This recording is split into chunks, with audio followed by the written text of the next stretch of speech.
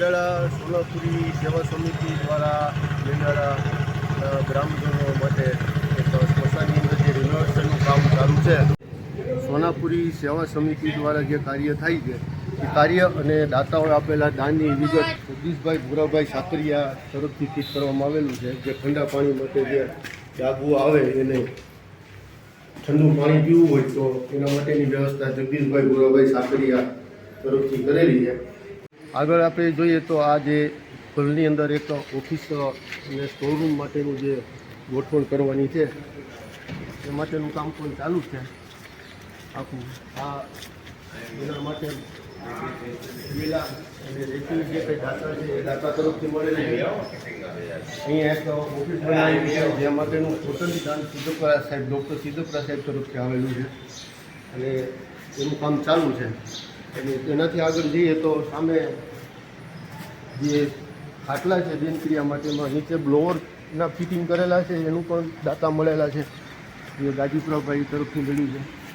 અંદર નીચે વ્યવસ્થાથી બધી સાફસૂફ કરી અને કમ્પ્લીટ કરેલું છે. નીચેના બધા ગ્રાઉન્ડની અંદર બધી જગ્યાએ સાફ સફાઈ માટેનું બધું કામ કરેલું છે. અહીંયા નળ પાણીની વ્યવસ્થા કરી અને નીચે બ્લોવરથી જે ફૂંક લાગી અને નીચે જે રજ હોય એને પણ પાણીથી સીધી સાફ થઈ જાય એવી ગટર વ્યવસ્થા કમ્પ્લીટ કરી છે આ સેવા સમિતિ દ્વારા.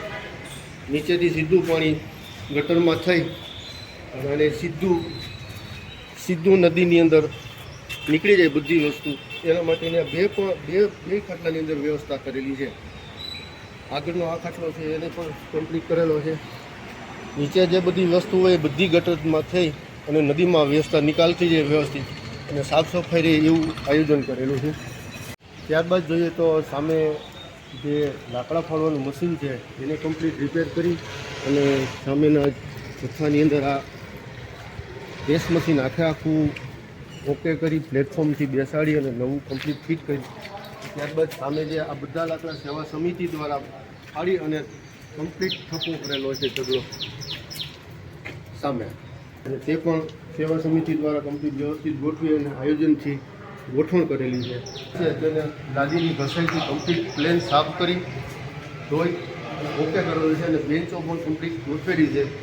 હવે ત્યારબાદની વાત કરીએ તો સામેની સાઈડ આ બાજુ આખા હોલની અંદર મૂર્તિ મૂકવાનું આયોજન કરેલું છે.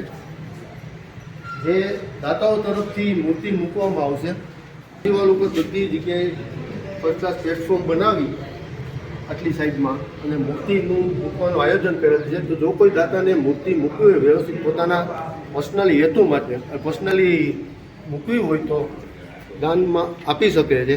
જેની રકમ અમે સેવા સમિતિ તરફથી જે કંઈ વાત થશે તો અમે ટેલિફોનિક વાતચીતથી નક્કી કરવામાં આવશે. આની અંદર આવેલી મૂર્તિમાં દાતા જોઈએ તો રમેશભાઈ ત્રિકમભાઈ ખૂટ, મહેન્દ્રભાઈ મોહનભાઈ પાનસુરિયા, ચંદુભાઈ ખેવલાણી, ગોગનભાઈ ભીમાભાઈ ઢેબરિયા, આ 4 મૂર્તિનું દાતા મળેલા છે જે ટૂંક સમયમાં અમે અહીંયા ગોઠવણ કરશું. આ મૂર્તિ જો બને ત્યાં સુધી 10 મૂર્તિનું આયોજન છે અમારું. એ રીતના આયોજનથી અમે આગળ વધીએ છીએ. 4 મૂર્તિ શંકર ભગવાનની મૂકવાની છે મહાકાલની. તે અમે ત્યાં હોલની સામે 6 ફૂટની પૂરી પ્રતિમાની ગોઠવણી આયોજન કરવા માગીએ છીએ. જે તેનો કોઈ દાતા થવા માગતું હોય તો અમારી સમિતિનો સંપર્ક કરે.